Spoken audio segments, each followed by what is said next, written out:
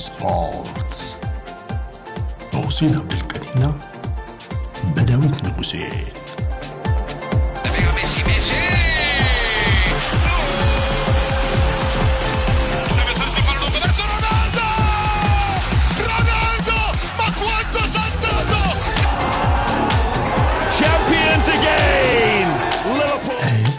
ስፖርትስ ተራስልኝ እንዴት ሰነበታችሁ?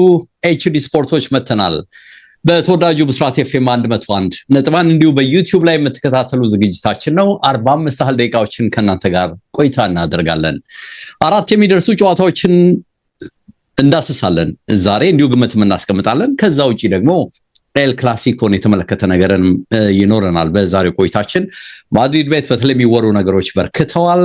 እንግዲህ በስተመጨረሻ ክላሲኮ ውጤት ላይ ተጽዕኖ ይኖራቸዋል ወይስ አይኖራቸውም የሚለውን በዛሬው ቆይታችን እናያለን። ከባካል ዳንኤል ጋር ቆይታ የምናደርግበት ሲቲ ከብሬንትፎርድ እንግዲህ በዋንጫው ጉዞ ላይ ቁልፍ የሆነ ዌስትሃምና አርሰናል ደግሞ ነገ የሚገናኙበት ጨዋታ ይጠበቃል። ሊቨርፑል ቼልሲ፣ ሰንደርላንድ ዩናይትድ ደግሞ እንዲሁ ዛሬ የሚደረጉ ጨዋታዎች ናቸው። እነሱን እንዳስሳለን። አብራችሁ እንድትሆኑ እንደ ሁልጊዜውም በማክበር ጠየቅኩኝ። ባካልዬ እንዴት ነህ ብያለሁ። አለን ዴቭ እንዴት አለ? አድማጭ ተመልካቾቻችን እንዴት ናችሁ ብያለሁ። ተገናኘን እንግዲህ ጨዋታዎቹን እንዳስስና በመጨረሻ ወደ ኋላ ላይ ደግሞ ከዚህ ከክላሲኮ ጋር የተያዘውን ጉዳይ እናነሳለን። በእርግጥ ባርሴሎና አቻ ይበቃዋል አይደል? ማሸነፍ ብቻ ሳይሆን አቻ ብቻ ዘንድሮ ሻምፒዮን እንዲሆን የሚያስችለው ስለመሆኑ መረጃ ወጥቷል። ከሁሉም በላይ ግን እንግዲህ ማድሪድ ቤት ብዙ ነገር እየተባለ ነው። እንዲሁ ኦፕሬሽን ጆዜም ትናንት ስለመጀመሩ በርካታ መረጃዎች እየወጡ ነው። ከወኪላቸው ጋር የማድሪድ ሰዎች ንግግር ስለመጀመራቸው መረጃ ወጥቶ አይቻለው። በእርግጥም እንግዲህ ጆዜም በድጋሚ ልናያቸው ይመስላል። ማድሪድ ቤት ያለው ረብሽ በርክቷልና ቆንጠጥ የሚያደርግ አለቃ ያስፈልግ ይመስላል። ለሁሉም እናነሳለን። አስቀድመን ግን የፕሪሚየር ሊጎቹን ጨዋታዎችን እንግዲህ ሊቨርፑል እና ቸልሲ ናቸው አስቀድሞ የሚገናኙት። የምሳ ሰዓት ጨዋታ ይሄኛው ነው። የ36ኛ ሳምንት የመጀመሪያ መርሃ ግብር በሁለቱ ቡድኖች መካከል ይደረጋል። እንግዲህ ከዚህ ቀደም ቢሆን በጣም በጉጉት የሚጠበቅ ትልቅ ጨዋታ ነበረ። በተለይም የጆዜ ሞሪኖ እና የራፋ ቤኒቴዝ ዘመን ላይ ሳይታሰብ ወደ ባላንጣነት የሄዱ የቻምፒየንስ ሊግ ጆዜ ጎል የሚሉት ጨዋታ እናስታውሳለን። ከመስመር ላይ ያልተቆጠረ ኳስ ነው እንደገባብን የሆኑ ብለው የማማረር ነገር አለ እና ፉክክራቸውም እጅግ ጠንካራ ነበረ በሁለቱ ቡድኖች መካከል።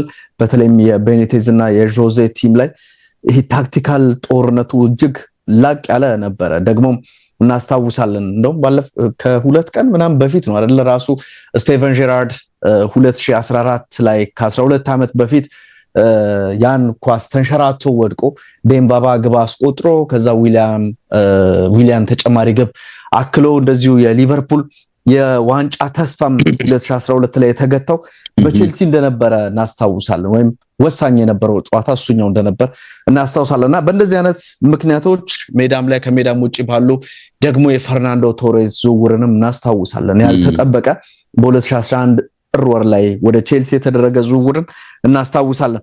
በዘንድሮ የፕሪሚየር ሊግ ጉዞ እንግዲህ ከጥቂት ሳምንታት በፊት ሁለቱ ቡድኖች ከሁለት አንዱ የቻምፒየንስ ሊግ ተሳትፎን ላያገኙ ይችላሉና የቻምፒየንስ ሊግ ቦታን ለማግኘት አምስተኛውን ቦታ ለማግኘት እየተባለ ብዙ ነገር ሲወራ ነበረ። ግን የሁለቱ ቡድኖች መንገድ የተናጠለ ሆኖ ወይም ተቃራኒ ሆኖ ቼልሲ አሁን ያለበት ደረጃ ላይ ተገኝቷል። 9ኛ ደረጃ ላይ የሚገኘው ሳሳቢ ነው። በጣም 48 ነጥቦች አሏቸው። ሊቨርፑል በ10 ነጥብ ከፍ ብሎ በ58 ነጥብ 4ኛ ደረጃ ላይ ይገኛል።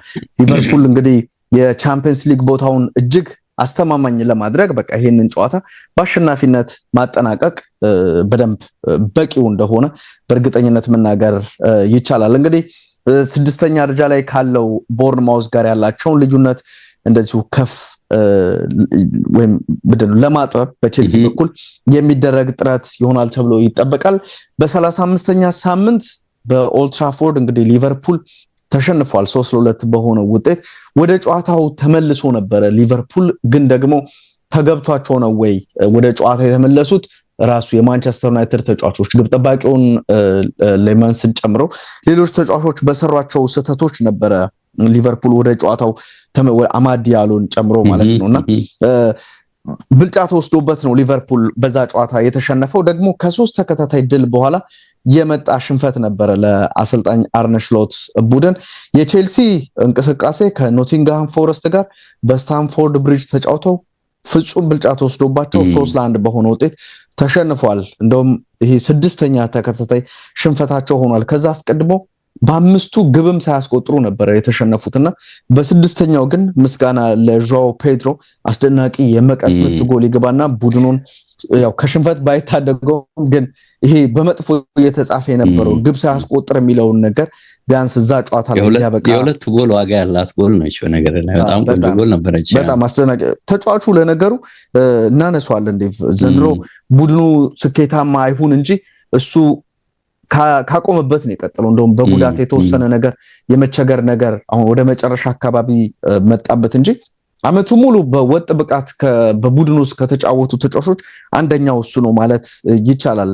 ጆአው ፔድሮ ባለፉት 9 ጨዋታዎች ቡድኑ በጣም እየተቸገረ ባለበት 9 ጨዋታ ዴቭ 6 ጎል አስቆጥሮ አንድ የመጨረሻ ኳስ ሰጥቷልና የቡድኑ ነው እንጂ እሱ ችግር እንዳልሆነ እሱ የሚችለው ነገር ሁሉ ዴሊቨር እያደረገ እንዳለ የሚያሳይ ይመስላል። ደግሞ በአጠቃላይ 20 ደርሷል ያስቆጠራቸው ጎሎች በቼልሲ 15 የሊግ ግቦች እንዳሉት የተመለከትንበት ነው። ለሰማያዎቹ የቁልቁለት ጉዟቸውን ባለማቆማቸው የቻምፒየንስ ሊግ ፉክክር ርቀዋል እና አሁን ተስፋቸው ዴቭ አስቶን ቪላ ዩሮፓ ሊግ አሸንፎ እና 5ኛ ደረጃ ሆኖ መጨረስ ደግሞ እነሱ 6ኛ ደረጃን ይዘው ካጠናቀቁ ነው ወደ ቻምፒየንስ ሊግ የመግባት እድል የሚኖራቸው ነው። የመሆን እድል ይኖረዋል አይኖረውም ራሱ ደግሞ ያላቸው የነጥብ ልዩነት ቀላል የሚባል አይደለም። ከ6ኛው ቦርንማውዝ ጋር የ4 ነጥቦች ኤፍኤ ካፑ በቀጥታ ዩሮፓ ሊግ ያስገባቸዋል አይደል? ከተሳካ ኤፍኤ ካፑ ዩሮፓ ሊግ ያስገባቸዋል። ግን እንደ ቼልሲ አይነት ቡድን ረብጣ ሚሊዮኖችን ለሚያወጣ ቡድን ከዩሮፓ ሊግ የሚገኝ ገንዘብ የቡድኑን የፋይናንሻል ችግር ይቀርፋል ተብሎ ስለማይሳተፍ ግዴታ ነው የቻምፒየንስ ሊግን ተሳትፎ ነው ከቡድኑ የሚጠበቀው። ሊቨርፑል 98.29% ቻምፒየንስ ሊግ የመግባት እድል አለው ይላል የኦፕታ መረጃ። ቪላንድ 95.79% በቻምፒየንስ ሊግ የመግባት እድል አለው ይላል። የቼልሲ የሚገርመው ዴቭ ዩሮፓ ሊግ ራሱ የመግባት እድሉ 4.1% ነው የሚል ነገር ያነሱ ነው። 7ኛ ጨዋታ የሚረቱ ከሆነ ቼልሲዎች ከእንደ አውሮፓን አቆጣጠር ከ1952 በኋላ የሚመጣ ቁጥር ነው ተብሏልና ቼልሲዎች የ100 ዓመት ታሪክ ምናምን እንደዚህ አይነት ሪከርዶችን በአሉታ እያስመዘገቡ እንዳለ የሚያሳይ ነው።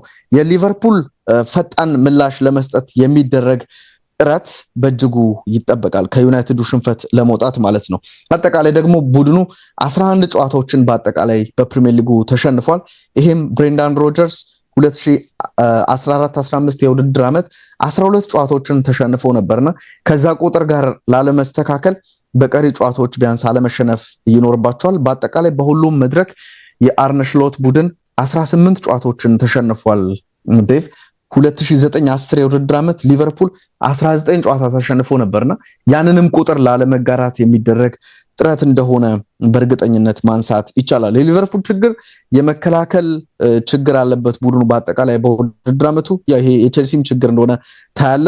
የተጫዋቾች ጉዳት በሊቨርፑል በኩል የአቋም መውረድ በአንዳንድ ተጫዋቾች ላይ ያው ሳላህን ጨምሮ ማለት ነው እንደዚህ አይነት ነገሮችን አይተናል። ደግሞ ወጥ ያለ መሆን ነገርን በሁለቱም በቼልሲም በሊቨርፑልም ቡድን የሁለቱም ችግር ተመሳሳይ አይነት ነገር እንዳለው የሚያሳይ ነውና በዚህ ጨዋታ ጥሩ የሆነው በቀጣዩ ጨዋታ ጥሩ ላይሆን ይችላል። ደግሞ በሊቨርፑል በኩል የሁለቱ አማካኞች አመቱ ሙሉ ልትለው ትችላለህ እኔ በጣም ጥቂት ጨዋታ 1-2 ጨዋታ ካልሆነ የማካሊስተር ምርጥ አመት ኦልሞስት ያለፈው አመት ነው እንጂ ይሄኛውን አመት እሱ ራሱ ሊያስታውሰው የሚፈልግ አይመስልምና ከድል በኋላ በጣም ሲዝናና የነበረ ነው የሚመስለው ዴቭ አመቱን በጥሩ እየገፋ የማይገኘው ተጫዋች ነው። ቼልሲ 13 ጨዋታዎች በተከታታይ ባለፉት ማለት ነው ግቦች ተቆጥሮባቸዋል። ቅድም ያነሳሁት የመከላከል ችግር እንዳለበት የሚያሳይ ነው። ባለፉት 5 ጨዋታዎች በአራቱ 3 ጎሎች ተቆጥሮባቸዋልና ምን ያክል ከኋላው እንደተከፈተ ይሄ ቡድን የሚያሳይ ቁጥር ይመስላል። እንግዲህ 17 ጨዋታዎችን በተከታታይ ግቦች ተቆጥሮባቸው የወጡት ቼልሲዎች በመደዳ ግብ የተቆጠረባቸው 1991 እንደ አውሮፓውያን አቆጣጠር ነው። 13 ደርሷል። እንግዲህ ቀጣይ ቀሪ ጨዋታዎችም ላይ ግቦች የሚስተናገዱ ከሆነ ወደዚህ ቁጥር የሚጠጉበት እድል እንዳለ የሚያሳይ ነው። ሊቨርፑልን ካነሳ ልክ ቼልሲ ውስጥ ዣኦ ፔድሮን እንዳነሳ ነው ዘንድሮ ምርጥ ብቃት ነው ያሳያሉ። በተናጥል ካልን በሊቨርፑል ሁሌም እንደምናነሳው የዶሚኒክ ሶቦስላይ ጉዳይ አመቱ ሙሉ እየተነሳ ነው የሚገኘውና አሁን ዴቭ 13 ጎሎችን አስቆጥሮ 10 የመጨረሻ ኳሶችን አመቻችቶ ማቀበል ችሏል። ይሄ ተጫዋች ስቴቨን ጀራርድ 2013 የውድድር ዓመት ላይ ደብል ፊገር በሁለቱ በአሲስትም በጎልም ከደረሰ በኋላ አማካኝ ሆኖ እዚህ ቁጥር ላይ የደረሰው ተጫዋች ዶሚኒክ ሶቦስላይ መሆኑን ተመልክቻለሁ። 14 ጎሎች አስቆጥሮ 14 የመጨረሻ ኳስ አመቻችቶ ስቴቨን ጀራርድ 2013 ላይ አቀብሎ ነበር የሚል ነገርን ተመልክቻለሁ። በእርስ በርስ ግንኙነት ባለፉት 2 የሊጉ ጨዋታዎች ቼልሲ ሊቨርፑልን አሸንፏል እና እንደምናስታውሰው በታህሳስ ወር ላይ ኤስቴቫው መጨረሻ ደቂቃ ላይ ባስቆጠራት ግብ ቼልሲ ጨዋታውን አሸንፎ እንደነበር እናስታውሳለን። ቼልሲ 2 ተከታታይ ድል በሊቨርፑል ላይ አስመዝግቧል እያለን ነበረ። ከዛ አስቀድሞ ግን በነበሩት 20 ጨዋታዎች ነው 2 ድሎችን አግኝቶ የነበረው ዴቭ። በ10 አቻ በ8 ሽንፈት ገጥሟቸው 2 ድል ነበራቸው ካለፉት 2 ጨዋታዎች አስቀድሞ በነበሩት 20 መርሃ ግብሮች የሚል ነገር አለ። አንፊልድ ላይ ባለፉት 10 ጨዋታዎች 1 ድል ብቻ ነው፣ እሱም በቶማስ ቱኸል ስር 2021 ላይ ያሸነፉት ነው። 5 ጨዋታዎችን አቻ ተለያይቷል፣ 4 ጊዜ በቀዮቹ ተሸንፈዋል የሚል ነገር አለ። ሮበርት ሳንቼዝ ግብ ጠባቂው የለም፣ ፔድሮ ኔቶ እና ጋርናቾም እንደዚሁ እንደሌሉ ታውቋል። ኤስቴቫውም ለጨዋታው አይደርስም የሚል ነገርን አሰልጣኙ አረጋግጧል። በሊቨርፑል በኩል ጆርጆ ማማርዳሽቪሊ ወደ ቡድኑ ተመልሷል። ይሳቅም የመጨረሻ ውሳኔ ይፈልጋል እንጂ ቡድኑ ውስጥ እንዳለ አሰልጣኝ አርነ ስሎት አረጋግጧል። አሊሰን ቤከርና መሐመድ ሳላህ ይሄ ጨዋታ ላይ እንደማይሰለፉ ታውቋል። ቀድሞ የተጎዱት ኡጎ ኤኪቲኬ፣ ኮነር ብራድሊ አይነት ተጫዋቾች እንደሌሉ ተገልጿል። ዴቭና እንግዲህ ይሄ ጨዋታ ብዙ ነገሮች አሉት። ያው አሰልጣኞቹም የተለያዩ ጉዳዮች ብለዋል፣ ግን ብዙም ልንሄድባቸው አንችልም። ይሄ ጨዋታ ለሁለቱም በተለይም ቼልሲ የተወሰነ በአውሮፓ የመሳተፍ እድል ካለው ወይም 6ኛ ደረጃን የማለም ነገርና ቅድም ያነሳነው አይነት ሂሳብ ውስጥ ለመግባት ካስፈለጋቸው ከዚህ ጨዋታ 3 ነጥብ ማግኘት አለበት። ሊቨርፑልም አስተማማኝ ደረጃ ላይ ሆኖ ቢያንስ ደረጃውን ከፍ ሲያደርግ ከሊጉም የሚያገኘው ገንዘብ ስለሚጨምር እና የቻምፒየንስ ሊግ ነገሩንም እርግጠኛ የሚያደርግበት ስለሆነ ከዚህ ጨዋታ 3 ነጥብ ሊቨርፑልም ይፈልጋል ዴቭና አንፊልድ ሮድ ላይ ነው የሚደረገው። እኔ ሊቨርፑል ያሸንፋል ብዬ ነው። ያ በጠባብ ውጤት ወደ ሊቨርፑል የሚያደላ ይመስላል። ሁለቱም እንዳልከው እንደጠቀስከው ወቅታዊ ጉዳያቸው ዋው የሚያሰኝ አይደለም፣ ግን እንደ አንፊልድ ነው። ኦፍ ኮርስ የተወሰነ ማርጂን ትወስዳለህ። በዚህ ላይ እንደጠቀስከው ኔቶ የለም፣ ስቴቫው የለም። የተወሰኑ ልዩነት እንኳን መፍጠር የሚችሉ ተጫዋቾች አለመኖራቸውን ስታይ ቼልሲን መጠራጠር የግድ እንድትጀምር ያደርጋል። በእኔ ግምትም ወደዛ በጠባብ ውጤት 2-1 እንዲሁ 1-0 ወደ ሊቨርፑል የሚያደላ ይመስለኛል። ፈጠን ብዬ ሲቲና ብሬንትፎርድን ላንሳ። እንግዲህ ማንሲቲ በዋንጫው ሽሚያ ውስጥ ለመቀጠል ነው የሚጫወተው። ብሬንትፎርድ ደግሞ የአውሮፓ ተሳትፎ ለማረጋገጥ የሚደረግ ትግል ነው ይሄ የሁለቱ ቡድኖች ጨዋታ። በደረጃ 2ኛው ከ7ኛው በመሃላቸው ደግሞ ሲቲ አንድ ተስተካካይ ጨዋታ እየቀረው የ20 ነጥብ ልዩነቶች አሉ። ማርጂኑ በጣም ሰፊ እንደሆነ ታያለ። ብሬንትፎርድ 5ኛ ካለው ቪላ የ7 ነጥብ፣ ከ6ኛው ቦርንማውዝ ደግሞ የ1 ነጥብ ልዩነት ነው ያላቸው። በእርግጥም ለምን አውሮፓን ትኩረት አድርገው እየተንቀሳቀሱ እንዳለ ይሄ የነጥብ ልዩነት ያሳያል። እንግዲህ ቶማስ ፍራንክን መልቀቅ ተከትሎ ይቸገራሉ የተባሉት ብሬንትፎርዶች በኪት አንድሪው አመራር አስደናቂ ጉዞ እያደረጉ ነው። ይወርዳሉ የሚለውን የብዙዎች አስተያየት እንግዲህ ፑሽ አድርገው ተቀጥለዋል። በዩሮፓ ሊግ አሊያም በኮንፈረንስ ሊግ ላይ የሚያሳትፋቸውን ደረጃ የማግኘት እድላቸው በጣም ጠንክሯል ነው እያሉ ያሉት። ይሄ ከሆነ ደግሞ በታሪካቸው እንግዲህ ለመጀመሪያ ጊዜ ይሆናል በብሬንትፎርድ ታሪክ ተብሏል። ልዩ ኳሊቲያቸው የሚሉት የመከላከል ጥንካሬያቸውን ነው። በሊጉ 7ኛ ናቸው በዚህ ረገድ። በእርግጥ ከሰሞኑ የማሸነፍ ንጻሪያቸው ወርዷል። ካለፉት 5 የሊግ ጌሞች ያሸነፉት 1 ነው፣ የተሸነፉትም 1 ነው። ያቻ ውጤት እያበዙ እንዳለ ታያለህና በጥቅሉ ግን በስካሁኑ 35 ጨዋታዎች 14ቱን በድል ጨርሰዋል። 40% የማሸነፍ ሪከርድ ማለት ነው። ኢጎር ቲያጎ ከሃላንድ ቀጥሎ ያለ የሊጉ ከፍተኛ ጎል አስቆጣሪ ነው። 22 ጎሎች አሉት፣ ከሃላንድ በ3 ያንሳል። ብሬንትፎርዶች በስካሁኑ የሊጉ አጠቃላይ ካስቆጠሩት ወደ ግማሽ የሚጠጋው የእርሱ ነው በነገር ላይና ብሬንትፎርድ 52 ጎሎች ነው ያስቆጠረው። እንግዲህ እሱን ቁጥር ቀደም በተቀስኩት ማነጻጸር ይቻላል።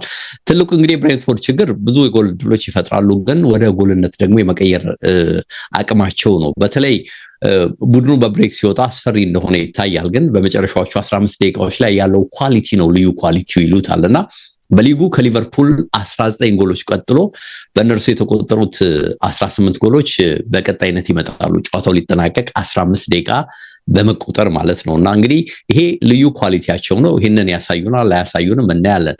በተለይ እንግዲህ ሲቲ በተለይ በመጨረሻዎቹ ሰዓታት ላይ የመድከም ስሜት ካሳየ እድል ካገኙ ሊጠቀሙ የሚችሉበት አጋጣሚ ይኖራል የሚል ነገር አለ። በቆሙ ኳሶች ላይ ግን የመቸገር ስሜት እንዳላቸው በደንብ ይታያል። ደካማ ነጥባቸው ነው በሚል ያነሷቸዋል።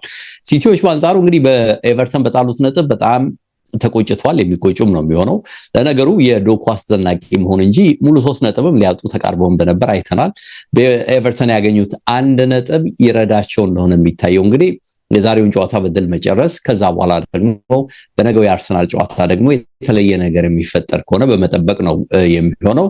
የሮድሪ መመለስ ከሰሞኑ የጠቀማቸውን ያህል እንግዲህ ኤቨርተን ላይ ደግሞ አለመኖሩ ምን ያህል ኪሳራ እንደሆነ ሁላችንም አይተናል። የተጫዋች ሲኖር ቡድኑ ሚዛን ያገኛል። ከጎል ከማስተናገድ ይልቅ የማግባት እድሉ በጣም ከፍተኛ እንደሆነ ይታያል እና ይሄ ተጫዋች ለዛሬው ጨዋታ ይደርሳል ተብሎ ነው ሐሳብ የወጣው። ካልሆነም ግን ጎንዛሌዝ አሊያም ደግሞ ኮቫቺች የተመለሰው ኮቫቺች ሊተኩት እንደሚችሉ መረጃዎች በስፋቱ ወጥተዋል። ፔፕ ጋርዲዮላ እንግዲህ ዋንጫው እድል ከእጃቸው እንደወጣ አምኗል። ካቻምናና ከዛ በፊት ቡድኑ በመጨረሻ የሚያሳየውን አስደናቂ አፈጻጸም ኳሊቲ ዘንድሮ ይደግመዋል የሚል ግምት ግን የብዙዎች ነበር። በተለይ ከአርሰናል የነበረው ነጥብ እኩል በሆነበት ሰዓት ላይ ብዙዎቹ ዋንጫውን በቃ ለሲቲ ሰጥተው ነበር። በጣም በርካቶች በሚባል ደረጃ ግምቶቻቸውን አንስተው ነበር። አሁን ግን በድጋሚ ያው ነጥብ መጣሉ የሲቲ ጉዳይ ከአዳዲስ ተጫዋቾች መበርከት፣ እነዚህ ተጫዋቾች ከዋንጫ ጋር ያላቸው ልምድ ዝቅተኛ መሆን፣ እንዲሁ የልምድ ጉዳይ በሚል ችግሮች እየተያዙ መምጣት ጀምረዋል። በእርግጥ እውነታው ይሄ ነው ወይ የሚያወያይ የሚመስል ነጥብ ነው ይሄና በስፋት ወደፊት እንግዲህ በዚህ ጉዳይ ላይ ልንመለስ እንችላለን። ግን ጌሄ፣ ኮሳኖቭ፣ ኦሌሪ፣ ሲሜኒዮ እንዲሁ ሌሎችም በዚህ በኩል የሚነሳባቸው ጥያቄ ተቀባይነት አለው ብለህ ማመን ትችላለህ። አዳዲሶች ናቸው አንዳንዶቹ፣ ከታች ከአካዳሚ ያደጉ ናቸው አንዳንዶቹ ደግሞ ፈጽሞም የዋንጫም የትልቅ ሌቭል ጌምም ልምድ የላቸውም፣ ግን በዚህ ቡድን ውስጥ እየተሰለፉ እንዳሉ እናያለን። ሲቲ ካለፉት 6 ጨዋታዎች በ5ቱ ድል አድርጓል። ከቀሪ ጨዋታዎቹ ከዛሬው ጨዋታ ይልቅ ትልቁ ፈተና ይሆንበታል ተብሎ የሚጠበቀው ከቦርንማውዝ የሚያደርገው ጨዋታ ነው። በነገር ላይ ከዛሬ ጀምሮ እስከ ሊጉ ማብቂያ ድረስ በሳምንት 2 ጨዋታዎች እያደረጉ ይቀጥላሉ። ይሄ ደግሞ ከቼልሲ የሚያደርጉትን የኤፍኤ ዋንጫ ጨዋታ የሚጨምር ነው የሚሆነው። በዚህ መነሻ እንግዲህ ጫና ውስጥ ይገባሉ የሚል ሐሳብ በመገናኛ ብዙሃን እየተሰጠ ነው የሚገኘው። ከፓላስ የሚያደርጉትንም ተስተካካይ ጨዋታ መገናኛ ብዙሃን በቀላሉ የሚመለከቱት አይደለም። ነገር ግን ፓላሶች በዚህ ጨዋታም ሆነ በአርሰናል ጨዋታ ላይ ዋናውን ስኳድ ላይ ጠቀሙ እንደሚችሉ ከወዲሁ በኮቹ በኩል ፍንጭ እየወጣ እንዳለ አንብብ ያለው። የእርስ በርስ ግንኙነት ጉዳይን ስናይ ብሬንትፎርድ የማሸነፍ ችግር የለበትም። ይሁንና የቅርብ ስኬቶቹ ግን በጠባብ ጎሎች የታጀቡ ናቸው። ባለፉት 9 ጨዋታዎች በአማካኝ ያስቆጠሯቸው ጎሎች 1.4 ጎሎች ናቸው። በኢታድ በዚህ ላይ ሲቲ በቶትናም ከመሸነፉ በቀር ባለፉት 15 የሜዳው ጌም አንድም አልተሸነፈም። ማን ሲቲን ስናይ ደግሞ የሲቲ የዘንድሮ አንዱ ችግር ጎል ቀድሞ አስቆጥረው ነጥብ በመጨረሻ መጣላቸው ነው እና 17 ነጥቦችን በዚህ መንገድ አጥተዋል። በዚህ እንግዲህ ከቶትናም እና ኒውካስል እኩል ናቸው ነው የሚለው። ምናልባትም ብሬንትፎርዶች ይህንን ድክመት ይጠቀሙታል አይጠቀሙትም ማየት ያለብን ይመስለኛል። ሲቲ እንግዲህ የዶኩን ኳሊቲ በደንብ መጠቀም አለበት በድጋሚ ተብሎ ነው የሚታመነው። 50 የዶኩ ቻንሶች የተፈጠሩት በኦፕን ፕሌይ ነው፣ በጨዋታ እንቅስቃሴ ነው። ይሄ የቆመ ኳስ፣ ኮርና፣ ቅጣት ምት ምናምን የሚባል ነገር ውስጥ ያልገባ ተጫዋች ነውና ምን ያህል ድሎችን በደንብ እንደሚፈጥር የሚያሳይ ይመስለኛል ይሄ ቁጥር። ከዛ ውጭ ግን ዲያዝና ግቫርዲዮል ልምምድ ጀምረዋል፣ ግን ለዚህ ጨዋታ አይደርሱም፣ ብቁ አይሆንም የሚል መረጃ ወጥቷል። ሮድሪ እንዳልኩት ይመለሳል የሚል መረጃ ነው በስፋት እየወጣ ያለው። 4 ያህል ተጫዋቾች ግን በብሬንትፎርድ በኩል ደግሞ የሉም የሚል መረጃ ነው የወጣው። ሪኮ ሄንሪ እና ሄንደርሰን ኖተብል ናቸው፣ በደንብ የሚታወቁ ተጫዋቾች ናቸው፣ የሉም ተብሏል። ማሎምቦና ካርቫሊዮም ረጅም ጉዳት የገጠማቸው የማይሰለፉ ተጫዋቾች ስለመሆናቸው መረጃ ወጥቷል። በርካታ መገናኛ ብዙሃን ይህንን ጨዋታ ያለ ጥርጥር ሲቲ ያሸንፋል የሚል ግምት እየሰጡ ነው።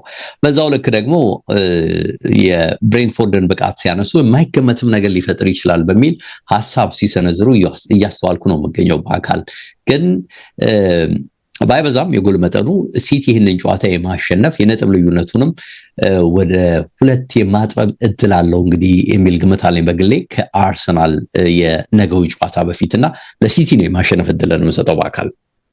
እኔም ተመሳሳይ ነው የምሰጠው ግምት። ማንቸስተር ሲቲ በጣም በመቸገር ውስጥም ቢሆን ሜዳውም ላይ ስለሚጫወት በአሸናፊነት ይህንን ጨዋታ ይደመድማል ብዬ ነው የማስበው። የሰንደርላንድ እና የማንቸስተር ጨዋታን እንመልከት ዴቭ። 12ኛው ከ3ኛው 47 ነጥቦች ያለው ሰንደርላንድ 64 ነጥቦች ከሰበሰበው ዩናይትድ የሚያደርጉት ጨዋታ ነው። ቅድም ባነሳነው የ35ኛ ሳምንት መርሃ ግብር ሊቨርፑልን 3-2 አሸንፈዋል በጥሩ ብቃት ነውና ወደ ቻምፒየንስ ሊግ መመለሳቸውንም ማንቸስተር ዩናይትዶች በዛ ጨዋታ አረጋግጧል። ሰንደርላንድ ከተከታታይ 2 ሽንፈቶች በኋላ ከወልቭስ ጋር አቻ ተለያይተው በ35ኛ ሳምንት ጨዋታቸውን አጠናቋል። ስቴዲየም ኦፍ ላይት ላይ ይሄ ጨዋታ ይደረጋል። እኔም አንተም እንደምናስታውሰው ወደ ስቴዲየም ኦፍ ላይት እና ሰንደርላንድ ከማንቸስተር ዩናይትድ 2012 ያ የአጉዌሮ ምሽት በነበረው የሲቲ ታምራዊ ምሽት የኪውፒአሩ ጨዋታ ዩናይትድ እዛ የመጨረሻ ጨዋታውን ያደርግ የነበረው ከሰንደርላንድ ስቴዲየም ኦፍ ላይት ላይ ነበርና ያኔ ከቡድኑ አማካኞች አንደኛው ማይክል ካሪክ ነበርና ስለ አጋጣሚው ተጠይቆ ነበረ ከ14 ዓመት በፊት ስለተፈጠረው ነገር በጥሩ ባይሆንም እንዴት ይረሳል ብሏል። እንግዲህ ዴቭ በፍጹም ሊረሳ የሚችል አጋጣሚ በዜማ ቢያደርገው ጥሩ ነበር። እንዴት ይረሳል ያለ ማለት ነው በጥሎ ጥሩ ነበር። ሙዚቃውን አያውቀውም ብሏል ነገሩ። እሺ ብሏል። እንግዲህ በዛ ጨዋታ ሩኒ ነበር ብቸኛውን ግብ አስቆጥሮ የነበረውና እንደውም ምን ይላል መጨረሻ ላይ ይሄ ጨዋታው ተጠናቆ 1-0 አሸንፈው እየወጡ ከሜዳው ወጥተው ጫፍ ላይ እስኪደርሱ ድረስ የኤቲሃዱ ጨዋታ ላይ ምን እንደተፈጠረ ወይ ምን እየተፈጠረ እንዳለ አናቅም ነበር ብሏል ማይክል ካሪክና ምንም ነገር አይነገራቸውም በዛ በኤቲሃዱ ጨዋታ ላይ ምን እየተከናወነ ነው የሚለውን ጉዳይ ከዩናይትድ የአሰልጣኝ ቡድን አባላት ይሰሙ እንዳልነበር ካሪክ ተናግሯል። እንግዲህ ሰንደርላንድን በተመለከተ በጣም አወዳድሶ ነው በመጀመሪያ የውድድር ዓመታቸው እንደዚህ አይነት ስኬት ደግሞ ይሄ በኬኩ ላይ ክሬም የመጨመር አይነት ነገር ነው የአውሮፓ ተሳትፎን የሚያገኙ ከሆነ ብሎ አሰልጣኝ ማይክል ካሪክ ሰንደርላንድን ከጨዋታው አስቀድሞ በነበረ ጋዜጣዊ መግለጫ ላይ ሰጥቷል። ዩናይትድ በሶስተኝነት ለመዝለቅ ሰንደርላንድ ደግሞ የአውሮፓ መድረክ ተሳትፎን ለማግኘት የሚደረግ ጥረት ነው። ቅድም ባነሳውት 47 ነጥብ ነው ያለው ዴቭና ማሸነፍ ወይም ከጨዋታው ነጥብ ማግኘት ቡድኑን በደንብ እንዲጠጋ ያስችሏል። የሬጂ ሌብሪ ቡድን እንግዲህ በስተመጨረሻ ነው በደንብ እየተንሸራተተ በአንድ ወቅት እንደውም በሊጉ ሜዳው ላይ ያልተሸነፈ ቡድን የሚለው ሰርፕራይዚንግ ቲም ልክ እንደ አርሰናል ሁሉ እነሱ ይዘውት እንደነበረ እናስታውሳለን። ከዛ በኋላ ቀስ እያለ እየተንሸራተተ አሁን ያለበት ቦታ ላይ ተገኝቷል። አሰልጣኙ የምንኮራበት አመት ይሆናል ብለዋል። እንግዲህ አመቱ ሲጠናቀቅ እንደዚህ አይነት ቦታ ላይ ሆነን ነው የምናጠናቀቀው ብለዋል። ያው አለመውረድ ትልቁ ድላቸው ሊሆን ይችላል። ዩናይትድ እና ሰንደርላንድ ቅድም ያነሳውትን ጨዋታ ጨምሮ በስቴዲየም ኦፍ ላይት 15 ጨዋታዎችን አድርገው 10 ጊዜ ዩናይትድ አሸንፏል፣ 4 ጊዜ አቻ ተለያይቷል፣ 1 ጊዜ ብቻ ሰንደርላንድ አሸንፏል የሚል ነገር አለ። ስለዚህ ይሄም በዩናይትድ በኩል የሚነሳ ነው። ዩናይትድ ዘንድሮ እስካሁን ያደረጋቸው ጨዋታዎች 37 ናቸው። በቀጣይ የሚኖሩት ጨዋታን ተከትሎ 40 ጨዋታዎችን ብቻ ነው በአመቱ ዩናይትድ አድርጎ የሚፈጽመው ዴቭና ከ111 ዓመታት በኋላ ዝቅተኛ ጨዋታን አድርጎ የውድድር ዓመቱን የሚያጠናቀቅበት ነው የሚል ነገር ከቡድኑ ጋር ተያይዞ ወጥቷል። ካሪክ ከመጣ በኋላ ባደረጋቸው 14 ጨዋታዎች 10 ድል አስመዝግቧል ዴቭና ደረጃ ቢወጣ ከካሪክ በኋላ ከዩናይትድ የተሻለ ነጥብ የሰበሰበ ቡድን የለም፣ አንደኛ ነው የሚሆነው። ሩበን አሞሪም በመጀመሪያ 20 ጨዋታዎች 8 ድል ነበር። ካሪክ ካለፉት 14 ጨዋታዎች 10 ድል አግኝቷልና እንግዲህ ከወዲሁ ካሪክ መሾም አለበት የሚሉ ሐሳቦች እየተነሱ ነው የሚገኙት። ቡልጋሪያው የቀድሞው የዩናይትድ አጥቂ ዲሚታር ቤርባቶቭም በቅርቡ ለካሪክ ቦታው ይገባዋል የሚል ነገር ሲያነሳ ነበረ። ካሪክ 17 ተጫዋቾችን ነው በ14 ጨዋታ የተጠቀመው ዴቭ እና በቋሚ አሰላለፍ ውስጥ ያስገባቸው ማለት ነውና ብዙም ቡድኑን እንደማይነካው የሚያሳይ ነውና የተረጋጋ ነገር ቡድኑ ውስጥ እንዲኖር ካደረጉት አጋጣሚዎች አንደኛው ይሄ ካሪክ መንገድ ስለመሆኑ እየተነሳ ይገኛል። ባላርድ በሰንደርላንድ በኩል የለም በቅጣት ምክንያት በርትራንድ ትራውሬ ወደ ቡድኑ ይመለሳል የሚል ነገር አለ። የቤንያሚን ሼሽኮ ከዩናይትድ ጋር በተያያዘ ካሪክም አድሬስ አላደረገውም። ስለዚህ ወደ ቡድኑ ይመጣል አይመጣም የሚለው ጉዳይ ይጠበቃል። ሊሳንድሮ ማርቲኔዝ ግን ከቅጣት ይመለሳል ተብሏል። ስለዚህ ሄቨን ይቀመጣል የሚል ነገር ተነስቷል። ማታይስ ደሊት ከቡድኑ ውጪ ነው። የብሩኖ ፈርናንዴዝ ጉዳይ ያው በደንብ የሚገባውን ክብር ያገኘ ይመስላል። ዴቭ 19 አሲስቶችን አድርጓል ዘንድሮ በፕሪሚየር ሊጉና አንድ ነው የቀረው ከሩኒና ከኬቨን ደብሮይነ ጋር በአንድ የውድድር ዓመት ብዙ አሲስት በማድረግ የሚለውን ክብር ለመጋራት አንድ ነው። ተጨማሪ 2-3 እንደዚህ ከሆነ በብቸኝነት ይሄንን ሪከርድ የሚጋራበት እድል አለ። የእግር ኳስ ጸሐፊያን ማህበር የዓመቱ ምርጥ ተጫዋች የሚለውን ሽልማት ብሩኖ ፈርናንዴዝ አሸንፏል። 8 ጎሎችን አስቆጥሯል። 20 አሲስቶችን በ34 ጨዋታ በሁሉ መድረክ ለዩናይትድ አስመዝግቧል። 900 እና ከዛ በላይ ሜምበር አሉ ወይም አባላት አሉት። ያው ዞር ጋዜጠኞቹ አይደሉ? ጋዜጠኞች ያሉበት ግሩፕ ነው አይደል? ይሄ አዎ እንግዲህ ነው ጸሐፍት ሲባል እንግዲህ በኦንላይን ሊሆን ይችላል፣ በሚታይ በጋዜጣ ሊሆን ይችላል፣ እንዳልከው ደግሞ በሬዲዮ በቲቪ ለሁሉም ፕሮፌሽናል ጸሐፍቶች ያሉበት ነው። ትክክል እሱ መሰለኝ። ትክክል እሱ ነው አሸናፊ ያደረገው። ድምጽ ከሰጡት ውስጥ 45% ለሱ ነው ተብሏል። ዴቭ ከዴክላን ራይስ 28 ከፍ ያለ ድምጽ ስላገኘ ነው አሸናፊ ሆኖ ተብሏል። ስለዚህ ራይስ ሁለተኛ ነው፣ ኤርሊንግ ብራውት ሃላንድ ሶስተኛ ነው። 2010 ላይ ሩኒ ይሄንን ሽልማት ካሸነፈ በኋላ የመጀመሪያው የማንቸስተር ዩናይትድ ተጫዋች የሚለውንም ክብር አግኝቷል። እንግዲህ አስደናቂ ነው። ምርጥ እንቅስቃሴን እያሳየ የሚገኝ ደግሞ ያለው ኮሚትመንት እጅግ የተለየ ነው። ብዙ ነገሮችን እያነሳ ስንሰማ ነበር። እንዴት ተጫዋቾች አንዳንዴ ገንዘብን ብቻ ማሳደድ እንደሌለባቸው ማሳካት የሚፈልጉትን ነገር አሳክቻለሁ አላሳካውም የሚለውን ነገር መጠየቅ እንዳለባቸው የሚያሳይ አስተያየትን ሰጥቶ ስንሰማ ነበር። ይሄ 31 ዓመት ፖርቱጋላዊ ተጫዋች ምርጥ ዓመትን በቡድኑ አሳልፏል። ደግሞ ሶስተኛም ሆኖ መጨረስ ለዩናይትድ ከነበረበት እንቅስቃሴ ወይም ድክመት አንጻር እንደ ትልቅ ስኬት ሊቆጠር ይችላልና የብሩኖም አሸናፊነትን እዚህ ጋር ለማከል ነው። ሰንደርላንድ እንደ ክርክር አድርገው ዴክላን ራይስ ጋር ሲያነሱት አስተውያለሁ። ከሽልማቱ ጋር ተያይዞ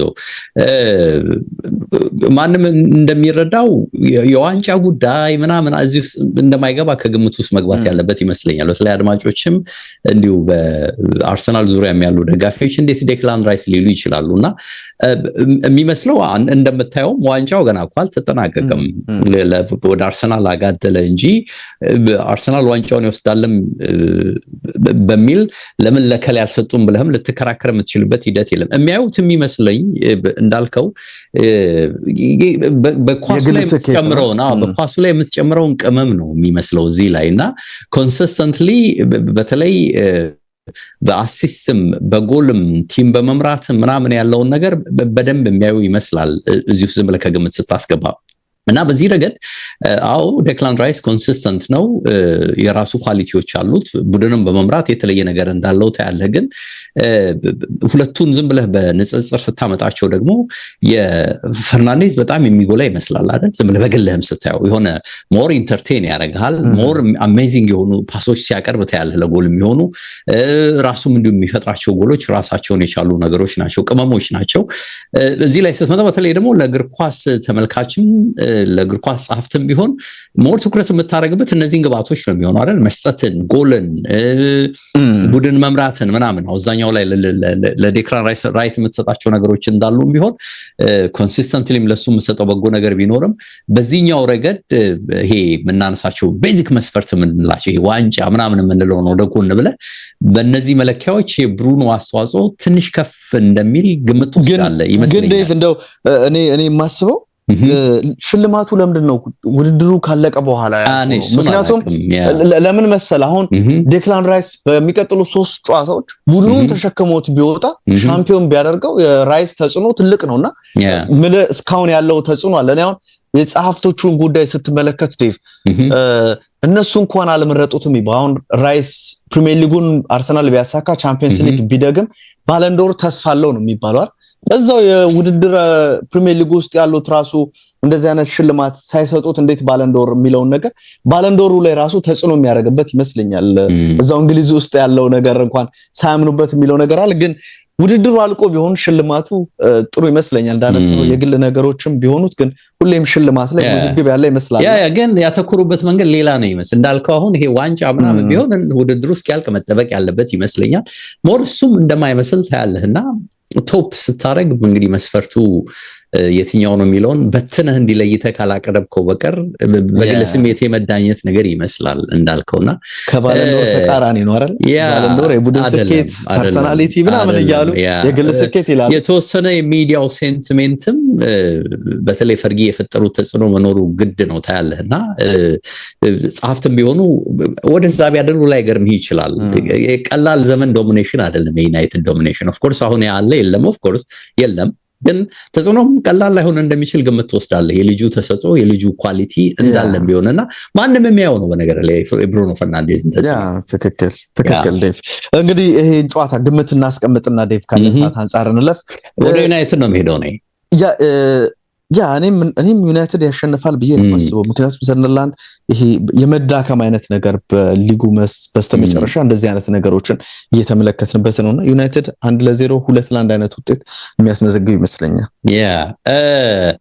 ከሊጉ በመጨረሻ የምናነሳው እንግዲህ አርሰናልን ጉዳይ ነው ከዌስትሃም በለንደን ደርቢ የሚያደርጉት ጨዋታ በጣም በትልቁ የሚጠበቅ ጌም ነው ይሄ አርሰናል ለሊጉ ዋንጫ ነው ዌስትሃም ደግሞ ለዓለመውረድ የሚያደርጉት በመሆኑ ነው በጣም የሚጠበቀው አንዳንዶች አርሰናል ይሄንን ጌም ካሸነፈ በሊጉ ገና ተጨማሪ 2 ጨዋታ ማድረግ ቢቀረውም ዋንጫ እንዳነሳ ሊቆጠር ይገባል የሚል መከራከሪያ ሲያቀርቡ ሰምቻለሁ መነሻው አንዱ በርንሊ ያው እንግዲህ ቀጣይ ተጋጣሚው ነው ወርዷል ችግር አይፈጥርበትም ነው ሌላው ተጋጣሚው ክሪስታል ፓላስ ነው ኮንፈረንስ ሊግ ዋንጫ ላይ ኦሬዲ ደርሰዋል ፍጻሜ ከወሳኙ ጨዋታ ጥቂት ቀናት በፊት ነው በነገር ላይ አርሰናልን የሚገጥሙትና የግድ ደግሞ ለዚህ የግድ ተጫዋቾቻቸውን ሮቴት ማድረግ ይፈልጋሉ መነሻው ጉዳትንም የተለያዩ ነገሮችንም ረፍትንም ታሳቢ ያደረገ ሊሆን ይችላል የሚል ነው ይሄ ደግሞ እንግዲህ ለአርሰናል ይጠቅማል የሚል አስተያየት ነው እንዲሰጡ የሚያስገድዳቸው በዚህ መነሻ ይመስላል የነገው ጨዋታ ለአርሰናል የዋንጫ ነው የሚል ነገር የሚያነሱት በአንጻሩ ዌስትሃም እንግዲህ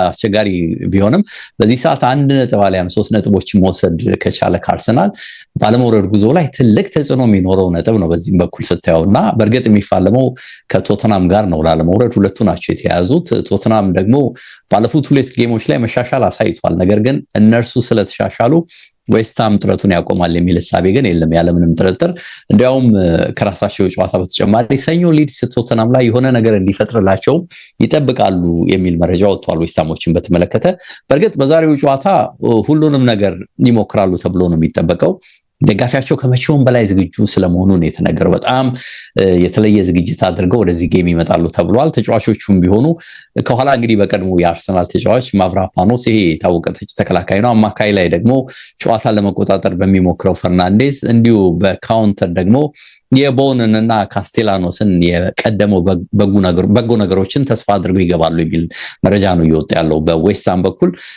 በተለይ እንግዲህ ጠንክረው በመከላከሉ ረገድ የተለየ ስትራቴጂ ነድፈው ኑኖ ስፕሪቶ ሳንቴስ ይመጣሉ የሚል መረጃ ወጥቷል ከባለፈው የብሬንትፎርድ 3-0 ሽንፈት የተሻለ ውጤት ማምጣትን አላማም አድርገው ነው ወደዚህ ሜዳ የሚመጡት ተብሏል በአርሰናል በኩል ግን ብዙ በጎ ነገሮች አሉ በቡድኑ በጣም ትልቅ መነሳሳት ነው ያለው ከሁለቱ የሊግ ተከታታይ ሽንፈቶች በኋላ እንግዲህ ኒውካስልን ፉላምን አሸንፈው የወሰዱት 6 ነጥብ በጣም ቫልዩብል ነበር ታውቃለህ ያን ተከትሎ ደግሞ የሲቲ ነጥብ መጣል ምንሃል ልዩነት እንደፈጠረላቸው አይተናል በ5 ነጥቦች ነው እንዲመሩ ያስቻላቸው ለአሁኑ ሲቲ ተስተካካይ ጨዋታውን ቢያሸነፍ እንኳን የሁለት ነጥብ ልዩነት አለ። ሁለት ነጥቡ በጣም ጠቃሚ ነው። ይሄ ያለ ጥርጥር ነገሮችን በቀጣይ በራሳቸው እንዲወስኑ ነው የሚያስችላቸው አርሰናሎችንና በዚህ ላይ በቡድን ውስጥ እንደነገርኩ ከሰሞኑ የተፈጠረው መነቃቃት ምንም ነገር የማድረግ አቅም አለው ነው የሚሉት መገናኛ ብዙሃንና ቻምፒየንስ ሊግ ፍጻሜ ገብተዋል። ስለ ዋንጫ ማሰብ አርሰናል ቤት እንግዲህ አሁን ጠንክሮ ነው የመጣውና የተጫዋቾች የስታፎች የደጋፊዎች ሙድ በጥሩ ጎኑ ነው ጣሪያ ነክቷል የተባለው። ቡድኑ እንግዲህ ዋንጫዎችን እያለመ እየተጫወተም ነው የሚገኘው። የተጎዱ ተጫዋቾች በሙሉ መመለሳቸው ቡድኑን ጠቅሞታል። የተወሰኑ የአርቴታ ለውጦችም ምን ያህል ልዩነት ፈጣሪዎች እንደሆኑ በሉዊስ ስኬሊ አይተነዋል። በነገር ላይ በዚህ ጨዋታ ላይ ባለፉት ሁለት ጨዋታዎች ላይ የተጠቀማቸውን ተጫዋቾች ለሶስተኛ ተከታታይ ጊዜ ይጠቀማል ወይስ የሚለው የብዙዎች ጥያቄ ሆኖ መጥቷል። በዚህ አጋጣሚ መገናኛ ብዙሃን ግን ያለ ጥርጥር 2 ወይም 3 በትንሹ ለውጦች ያደርጋል አርቴታ የሚል ግምት እያስቀመጡ ነው የሚገኙት። በስም ሲጠቅሱ በለውጡ ላይ ሉዊስ ስኬሊን አንድ ያነሳሉ፣ ኤዜን ምናልባት ያነሱታል። ከዛ ውጪ ደግሞ ካላፊዮሪም ወደ ተጠባባቂ ወንበር ሊወርድ የሚችልበት ግምት አለ ነው የሚሉት። ይሄም እንግዲህ ለሂንካፔ ዙቤሜንዲና ኦዴጋርድ የመሰለፍ ዕድል ለመፍጠር ነው በሚል እያነሱ ነው። አርቴታ እንግዲህ ከቻምፒየንስ ሊግ ጨዋታ በፊት ተሰላፊዎቹን ለመወሰን እጅግ በርካታ ነገሮችን በአይፓዱ ላይ እንደሞከረ አስታውቆ ነበር። ታስታውሳለህ? በጣም ብዙ ጊዜ አንስቼ ጥያለሁ አለ። የተለያዩ ስብጥሮችን ነበር ስሞክር የነበረው ማስተላለፍ ረገድ ብሏል። በመጨረሻ ግን ስሜቴን በመከተል በድጋሚ የፉልሃሙን ላይንአፕ አትሌቲኮ ጨዋታ ላይ ደግሜዋለሁ ብሏልና ያልተሰለፉ ተጫዋቾችን ግን ላለመሰለፋቸው ምክንያት ስለሚያስፈልጋቸው በግልጽ በዚህ ጉዳይ ላይ ጠርቻ አናግሬያቸዋለሁ ብሏል። እንግዲህ ይቅርታ አይደለም የጠየቃቸው አናግሬያቸዋለሁ ብሏል። ይህንን ሲገልጽላቸው አንዳንዶች እንደው መተው በትከሻ እንዳቀፉና እንደሳሙት ሁሉ የሚገልጽ አስተያየት ነው የወጣው በጊዜው። በዚህ ጨዋታ ላይ ግን ምን ይወስናል የሚታይ ነው የሚሆነው። በነገው ጨዋታ ባለፉት ሁለት ጨዋታዎች ላይ የተሰለፉት ተጫዋቾች አንድም ጎል እንዳልገባባቸው ግን ልብ ማለት የሚገባ ይመስለኛል። የካላፊዮሪ፣ ኤዜ፣ ትሮሳርድ እና ዮክሬሽ የግራ መስመርም ጥምረት ጥሩ መሆኑ በማሳያነት ይቀርባል። በነገር ላይ ከቁጥሮች አንጻር አርሰናል ከኤቨርተን 40 ጨዋታዎች ቀጥሎ በሊጉ በከፍተኛ ሁኔታ ያሸነፈው ዌስትሃምን ነው። 38 ጊዜ ያሸነፈና አምናና ካቻምና በጥቅሉ 11-2 በሜዳቸው ዌስትሃሞችን አቋቸዋል። በእርግጥ ግን 23-24 ላይ ኳንጫ ያራቋቸው ዌስትሃሞች ናቸው። ታስታውሳለህ አይደለ? ኤምሬትስ ላይ አቻ በሜዳቸው ደግሞ 2-0 አሸንፈዋቸው ነበርና ዘንድሮ ግን ችግሩ ከአርሰናል ጋር ብቻ ሳይሆን በአምስቱም የለንደን ተጋጣሚዎቻቸው ዌስትሃሞች በሜዳቸው ጭምር ተሸንፈዋልና አርሰናል ነገ ካሳካው 6ኛ የለንደን ቲም ያሸነፋቸው ይሆናል በሚል መረጃ ወጥቷል። ሳካ ዌስትሃም ላይ 5 ጎልና 4 አሲስት አለው። ዮክሬሽ ደግሞ ባለፉት 12 የሊግ ጌሞች ላይ 9 ጎሎች አስቆጥሯል። ሁለቱ እንግዲህ አስፈሪ ናቸው። ለዌስትሃሞች በጣም አስፈሪ ሊሆኑ እንደሚችሉ ግምት ትወስዳለህ። ቦዌን ከሰሞኑ ጎል ባይቀናውም እንግዲህ 7 አሲስት በ6 የሜዳቸው ጨዋታዎች ላይ አድርጓል። ኦፕታ 58% የማሸነፍ ዕድል ለአርሰናል ሰጥቷል። 19% ለዌስትሃም ነው የሰጠው። ዌስትሃም ከሊጉ ይወርዳል የሚል ዕድልም 80.35% ተሰጥቶታል። በጣም ተቃርቧል እንግዲህ የሚል ነው ይሄ ቁጥር። የዌስትሃም ደጋፊዎች እንወርዳለን የሚል ስጋታቸው የበዛ ቢሆንም አንድ ነገር ግን ከዚህ ጨዋታ እንጠብቃለን በሚልም ተስፋ ሲያደርጉ ይታያል። በአንጻሩ ግን ለአርሰናሎች ይሄ ጨዋታ የዘንድሮ ስኬታቸውን የዋንጫ አጥማቸውን የሚወስን ቁልፍ ጨዋታ ነው በሚል በርካቶች እያነሱት ነው የሚገኘው። ግምቶች እንዳልኩት ኦፕታን ጨምሮ በርካቶች ለአርሰናል በተለይ የተፈጠረው መነቃቃት በጣም አርሰናልን ይጠቅመዋል የሚል ሐሳብ ነው እየተነሳ ያለው። ፈታኝ ጌም ነው። እኔም አርሰናል አንድም ሁለትም ጎሎች አግኝቶ የማሸነፍ አቅም ይኖረዋል የሚል ግምት አለኝ። በአካል ከባድ ጌም ነው ዴቭ። ይሄ ጨዋታ በጣም ፈተናው የበዛ ነው። ግን አርሰናል ያሸንፋል ብሎ ከመገመት ውጪ ሌላ አማራጭ ያለ አይመስለኝም። እኔም በእንደዛ አይነት መልኩ ነው አርሰናል ጨዋታውን ሊያሸንፍ ይችላል ብዬ የማስበው። በጣም በመቸገር ውስጥም ቢሆን በሆነ ታምራዊ ነገር አርሰናል አሸንፈው የሚቀጥል ይመስለኛል። የዌስትሃም ግን በሊጉ ለመቆየት ለሚያደርገው እንቅስቃሴ ከዚህ ጨዋታ ግዴታ ነጥብ ማግኘት እንዳለበት ታስባለህ። ብርቱ ፉክክር ይኖራል፣ ግን አርሰናል ያሸንፋል የሚለውን ግምት ነው የሚሰጠው። ያ ክላሲኮን እንግዲህ ማድሪድ ቤት የተፈጠሩ ጉዳዮችም የዛሬው አጀንዳችን ነው ብለናል። የኤል ክላሲኮ ጨዋታ እንግዲህ ይጠበቃል ዴቭ። በመጪው እሑድ ወይም ነገ የሚደረግ ጨዋታ ነው። ከዚህ ጨዋታ አስቀድሞ ብዙ ነገሮች እየተነሱ ነው የሚገኙት። ባርሴሎና ውስጥ ብዙ ተስፋ ይደረጋል። ያው የተጎዱ ተጫዋቾች አሉ፣ እንደ ላሚን ያማል አይነት ተጫዋቾች ተጎድተዋል። ግን ቀድሞ ስራቸውን ስላጠናቀቁ ብዙም የነ ላሚን ያማል ጉዳት የሚያስጨንቃቸው አይመስልም። ከባርሴሎና አንጻር ሪያል ማድሪድ ቤት የሆነ ነገር ከተበላሸ የሆነ መንገዱን የሳተ ነገር ካለ ዴቭ ሁልጊዜም ያ ነገር እየተባባሰ ነው። ባርሴሎና ቤት የሆነ ችግር ካለ ሪያል ማድሪድ ቤት ሰላም ነው። ማድሪድ ቤት ሰላም ከሆነ ደግሞ ባርሴሎና ውስጥ የሆነ ችግር እንዳለ ብዙ ጊዜ ይነሳልና ነገሮች የሚጎሉት ስኬታማ ባልሆኑባቸው አጋጣሚዎች ነው። የሰሞኑ ደግሞ የሪያል ማድሪድ ሁኔታ የሩዲገር ከአልቫሮ ካሬራስ ጋር የፈጠረው ሰጣ ገባ፣ ኪሊያን ኤምባፔ ደግሞ የሪያል ማድሪድ ኮቺንግ ስታፍ አባላትን ተሳድቧል የሚል ነገር ከሰሞኑ ወጥቷል። ደግሞ የባለፈው የረቡዕ የፌዴ ቫልቬርዴ እና እንደዚሁም የሹዋሜኒ መጣላት እንደዚሁ ተነስቷል። ከዚህ ጋር በተገናኘ ምን ነገሮች ተነሱ? ያው ቅጣት ተላልፎባቸዋል። ሪያል ማድሪድ 500 ሺህ ዩሮ እንዲከፍሉ ውሳኔ አድርጓል። 2022 ላይ እንግዲህ ሹዋሜኒ ወደ ሪያል ማድሪድ ከመጣ ጀምሮ የቡድን አባላት ሆኖ እንደ ጓደኛ ሆኖ አብረው ነበሩ ይላል። ባለፈው ረቡዕ ጠዋት ግን ፌዴ ቫልቬርዴ አደገኛ የተባለን ታክል በሹዋሜኒ ላይ ወረደበት ይላል። እንደ አትሌቲክ መረጃ አትሌቲክ ከዋና ሰዎች እዛ ውስጥ ከነበሩ ሰዎች መረጃ አገኘው ብሎ ነው ይሄንን የሚያነሳው። ነገር ግን ወዲያውኑ የቡድን አባላት ገቡበት፣ ነገሩ ተረጋጋ፣ ምንም የተፈጠረ ነገር የለም የሚል ነገርን ያነሳሉ። ሐሙስ ጠዋት ወደ ልምምድ ሲመጣ ፌዴ ቫልቬርዴ ሁሉንም ተጫዋቾች ጨበጠና ከዛ ሹዋሜኒን አለፈው ወይም እሱን ሳይጨበጠው ቀረ። ደግሞም እዛው ልምምድ ላይ ድጋሚ ጠንካራ የሆነ ቻሌንጅ ራሱ ፌዴ ቫልቬርዴ ሹዋሜኒ ላይ አደረገ። እነዚህ ነገሮች ሲያረግን ከሹዋሜኒ በኩል ምንም የአጸፋ ምላሽ አልተወሰደም የሚል ነገርን አለ እና እዛው ልምምድ ላይ ማለት ነው ወይም የልምምዱ ሌላኛው ክፍል ላይ ግን ሁለቱ ቡድኖች ወይም ለሁለት ተከፍሎ ጨዋታ የማድረግ ነገር ነበር በሪያል ማድሪድ የኮቺንግ ስታፍ አባላት በኩል የአይነትን እንቅስቃሴ ለማሰራት ፈለጉ እና የሆነ የተፈጠረ ነገር መኖሩን ተከትሎ ሁለቱ አንድ ቡድን ውስጥ እንዲሆኑ አደረጉ ይላል መረጃው። ልክ ካለቀ በኋላ ግን ወደ መልበሻ ክፍል ከመሄዳቸው በፊት እዛው ላይ ምን አለው ይላል ፌዴ ቫልቬርዴ፣ እድለኛ ነህ ተቃራኒ ባለመሆናችን የሚል ነገርን አነሳ። ምንም ያለው ነገር የለም። ከዛ ወደ መልበሻ ክፍል ሄዱ። መልበሻ ክፍል ላይ እንግዲህ ሲያሰላስል የቆየ ይመስላል። ሹዋሜኒ ወደ ተቀመጠበት ቦታ እንዲመጣ ይነግረዋል። ከዛ በኋላ ወዳለበት ቦታ እንዲመጣ ከጠየቀው በኋላ የመሳደብ አይነት ነገር ነበረውና ሹዋሜኒ ሰንዝሮ መቶታል የሚል ነገር አለ። ከዛ በኋላ ቫልቬርዴ በጣም በመናደድ ራሱን ከጠረጴዛ ጋር አጋጭቶ ራሱን እስከመሳት አይነት ነገር ደርሷል ይላል።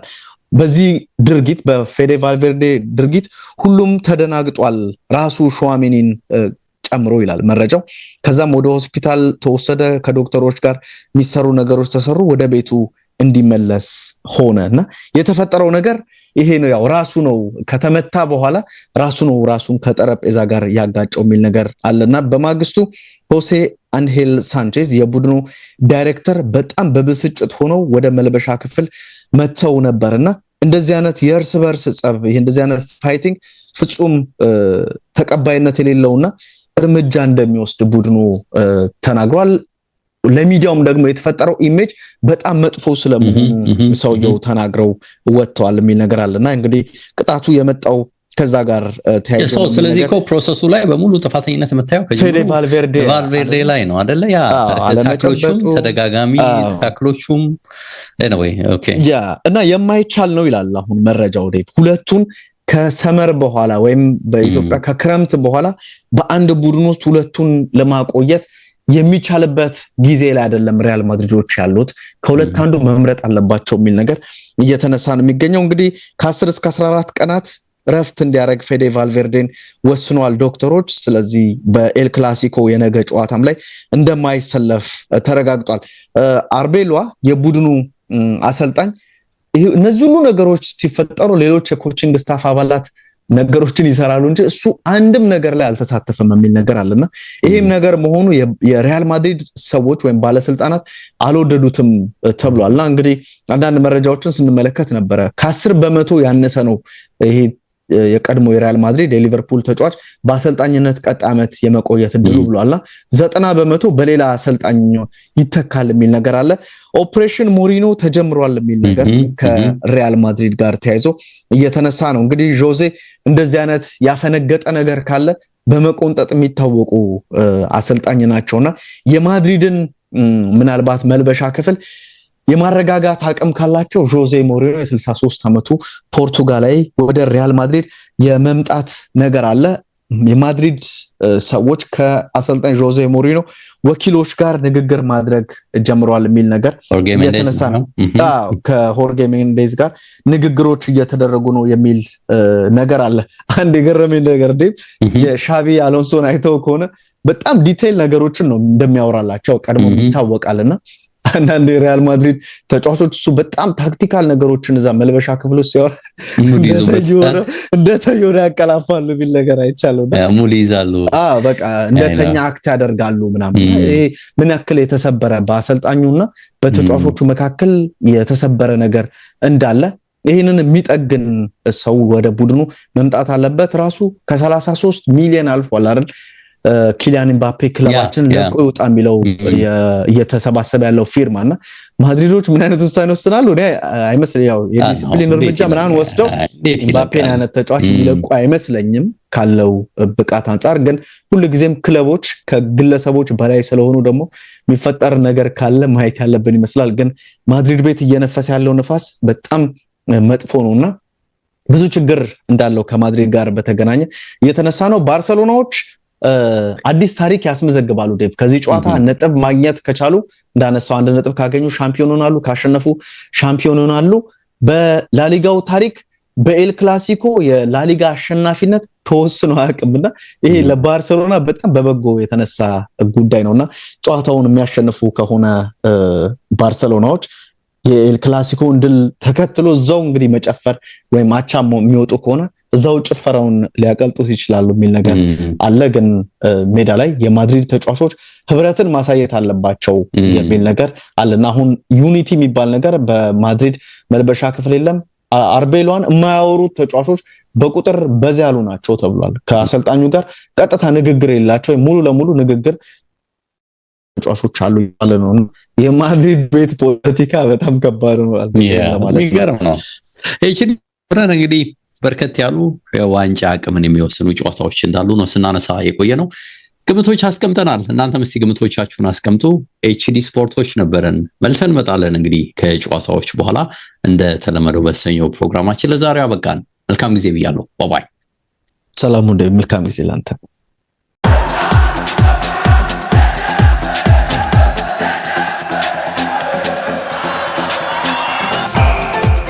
ኤችዲ ስፖርትስ በሁሴን አብዱልቀኒና በዳዊት ንጉሴ